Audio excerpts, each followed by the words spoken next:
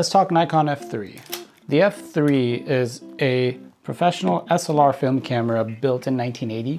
SLR stands for single lens reflex. Essentially, there is a mirror inside the body of the camera. The lens brings in information and light, which shoots up into the prism. The prism is built with a series of mirrors, which then reflect it out to your eye level. The biggest advantage of this is that you can use different lenses in this camera, and you're able to see exactly the different focal length, aperture, and perspective each lens brings. So you're able to use something like a 24 or 28 millimeter lens, which is really wide, or you can use something like a 105 millimeter macro lens, which is a big contrast to a wide lens. And one of the coolest part about this camera is that you can take off the prism on the top and use it as a waist level camera. And that gives a totally different perspective, and it's really cool to shoot top down looking into the scene. Let's go ahead and load a roll of film. I'm going to use Kodak T-Max 400, it's a black and white speed film. So the first thing you do to load the camera is you open up the terminal here.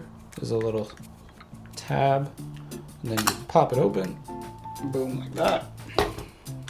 And then we go ahead and place our film this way. Once it's placed, you can put this back so it doesn't pop out. And then go ahead and pull the film. There's some grooves right here. You want to make sure you place it into those grooves and let the lead of the film attach to the grooves over here as well.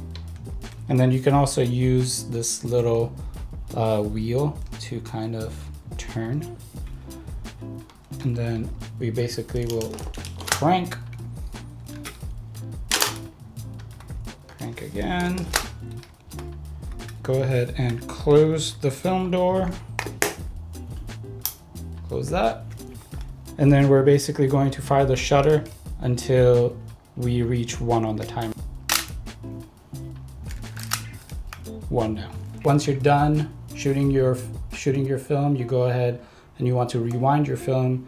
All you're gonna do is depress this little button right here, and then open this and start winding the film all the way back. But make sure the most important thing you do is depress this little button right here. I think one of the main reasons why these cameras are so popular and so valuable is due to the fact that they are so incredibly durable. To be able to use a camera like this and get results as good as they look 45 years later really says something, which is why I think these are so sought after. Hopefully I'll be able to keep this one running for another 20, 30 years and pass it down to the next generation, or they'll just donate it to Goodwill. But regardless, hope y'all enjoyed this one. I'll see you in the next one.